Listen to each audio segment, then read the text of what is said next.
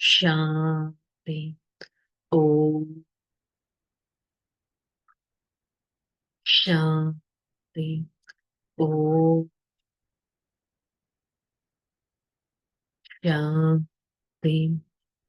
ఓం శాంతి. నేను ఆత్మ సేవాదారిని. పరమాత్మ సేవ నా బలం. పరమాత్మ సేవ నా శక్తి. అనుక్షణం సేవ ద్వారా ఆశీర్వాదాలను తీసుకుంటూ ఈ క్షణం సేవాదారినైన నేను నా ప్రియమైన తండ్రి సన్ముఖంలో ఈ దివ్యమైన జ్ఞాన మురళిని వింటున్నట్టు అనుభవం చేసుకుంటాను. ఓం శాంతి. ఓం శాంతి. మురళి డేట్ 18/7/2024. ఈరోజు మురళి యొక్క హెడ్డింగ్ मीठे बच्चे संवित समाचार सुनने पढ़ने का भी तुमको शौक रखना चाहिए, क्योंकि इससे उमंग उत्साह बढ़ता है, सर्विस करने का संकल्प होता है. ఈరోజు బాబా మురళి లేక స్పిరిచువల్ మ్యాగజైన్స్ గురించి చెప్తున్నారు. మ్యాగజైన్స్ లో ఎన్నో రకాల ఇన్ఫర్మేషన్ వస్తుంది కదా. సేవ ఒక చోట ఎలా చేస్తున్నారు, ఆ సేవ యొక్క ఐడియాస్ అనేవి వస్తాయి, సేవ యొక్క రిజల్ట్స్ అనేవి వస్తాయి. సో సేవా సమాచారం చదవాలి, వినాలి అనే ఇష్టం మీకు ఎంతగానో ఉండాలి. ఎంతగా ఇతరులు ఎలా సేవ చేస్తున్నారో తెలుసుకుంటే కదా మీకు ఫస్ట్ సేవ చేయాలి అనే సంకల్పం వస్తుంది. ఒక్కసారి చెక్ చేసుకుందాం. మన లైఫ్లో పరమాత్మ సేవకి నేను ఎంత అభిరుచిని చూపిస్తున్నాను? ప్రశ్న. సంగम युग पर बाप तुम्हें सुख नहीं देता, लेकिन सुख का रास्ता बताते क्यों? क्योंकि बाबा के सब बच्चे हैं.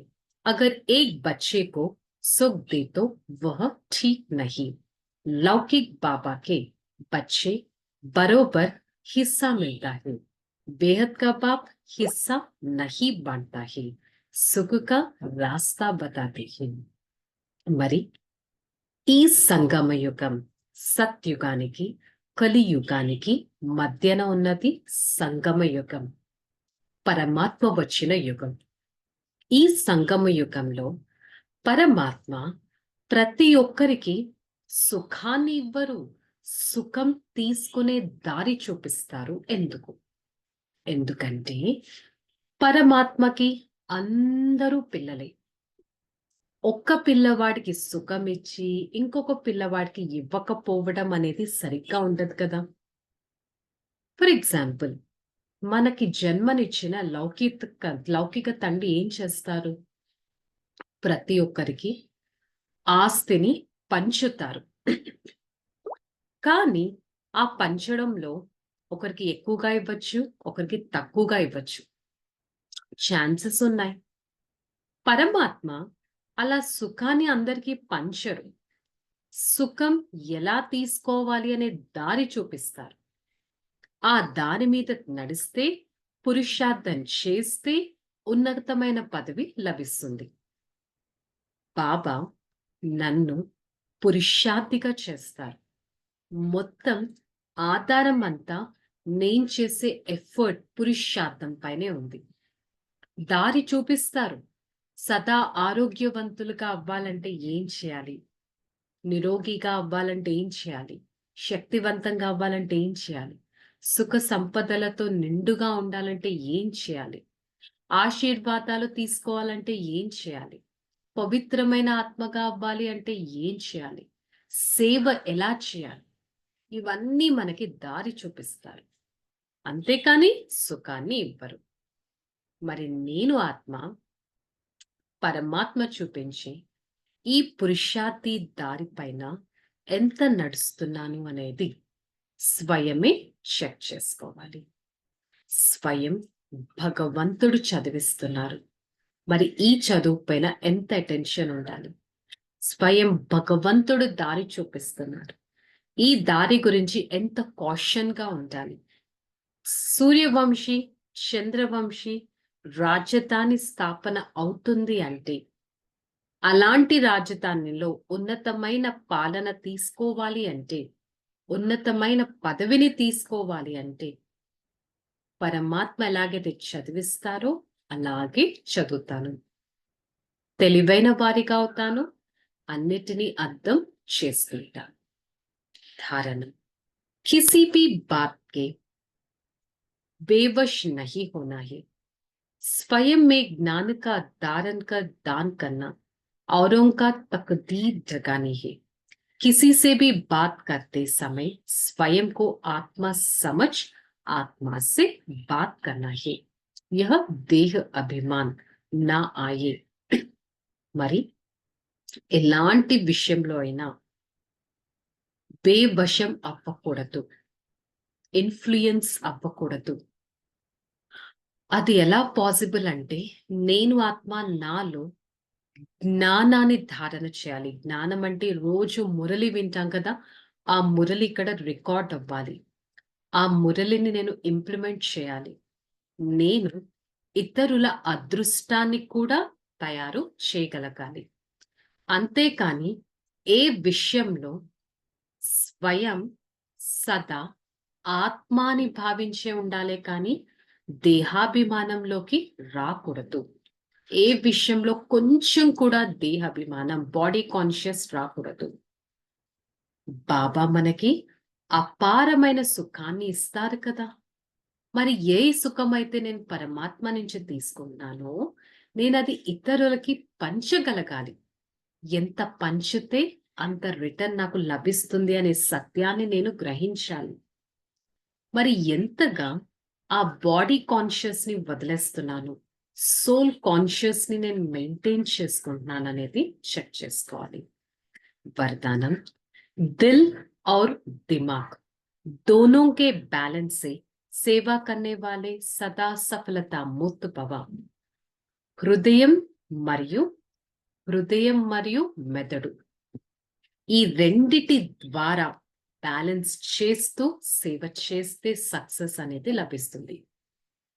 చాలాసార్లు పిల్లలు సేవ చేసేటప్పుడు కేవలం బ్రెయిన్ యూజ్ చేస్తారు, హృదయాన్ని యూజ్ చేయరు.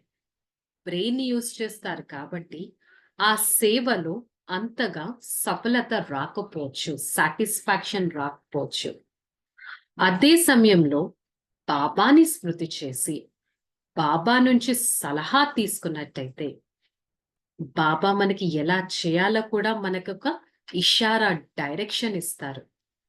సో అప్పుడు ఆబ్వియస్ గా హృదయం ద్వారా నేను సేవ చేయగలిగితే నాది, నేను, నా సేవ అనేది తొలగిపోతుంది. బికాస్ హృదయం భగవంతుడి పైన ఉంటుంది కాబట్టి, హృదయపూర్వకంగా సేవ చేయగలరు కాబట్టి, అలాంటి సేవలో ఎంతో సఫలతని పొందగలుగుతారు కాబట్టి. స్లోగన్ బేహద్ మే రహో తో హద్ కి బాతే స్వతః సమాప్త్ హో జాయేగా. నేను ఆత్మ అనంతంలో ఉన్నట్టయితే హద్దు యొక్క విషయాలు స్వతహాగా సమాప్తం అవుతాయి. హద్దులో ఉన్నానా, సదా అనంతంలో ఉన్నానా అనేది అర్థం చేసుకోవాలి. సో ఈరోజు మురళి యొక్క హోంవర్క్ తీసుకుంటాను. నేను ఆత్మ ఎప్పుడు కూడా దేహ అభిమానంలోకి రాను, సదా ఆత్మ అభిమాని స్థితిలో ఉండటానికి ప్రయత్నిస్తాను. ఓకే, చలో రిలాక్స్. ఓం శాంతి. నేను భృకుటి మధ్యస్థానంలో ఉండి నిశ్చింత చక్రవర్తి ఆత్మను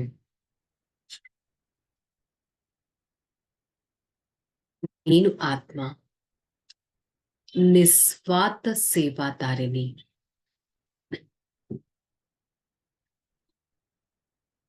నేను ఆత్మ హృదయపూర్వకమైన సేవాదారిని.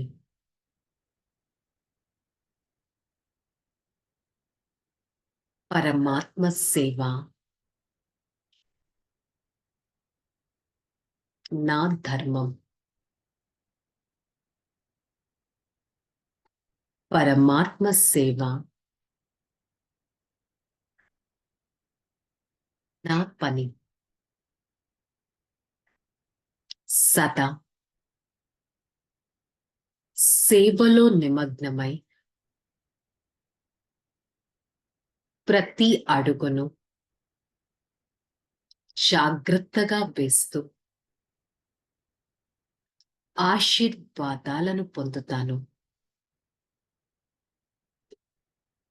నేను ఆత్మ నిశ్చింత చక్రవర్తిని. నేను ఆత్మ నిర్భయ స్థితిలో ఉండేవారిని. నేను నిరహంకారి ఆత్మను. నేను నిస్వార్థ ఆత్మను. సదా నా ఈ సేవాదారి స్థితిలో ఉంటూ నేను ఆత్మ ఆ భాగ్యాన్ని తయారు చేసుకునే ప్రియమైన తండ్రి సన్ముఖంలో సౌభాగ్యశాలి ఆత్మగా ఉంటాను. సదా వారిని స్మృతి చేస్తూ సఫలత మూర్త ఆత్మగా ఉంటాను. I, the soul, a silent personality, a powerful personality. I always try to experience the God's unlimited power above me. God, my Father, holds my hand and helps me to cross all the adverse situations. He's the one who gives me power to cross the obstacles. Hey, Father, thank you so much for showing me the path to receive unlimited power from you and be a detached observer. Om Shanti, Shanti, Shanti. I, the soul, receive the God's blessings. Spread the blessings to every part of this body and maintain my own soul conscious stage. Om Shanti.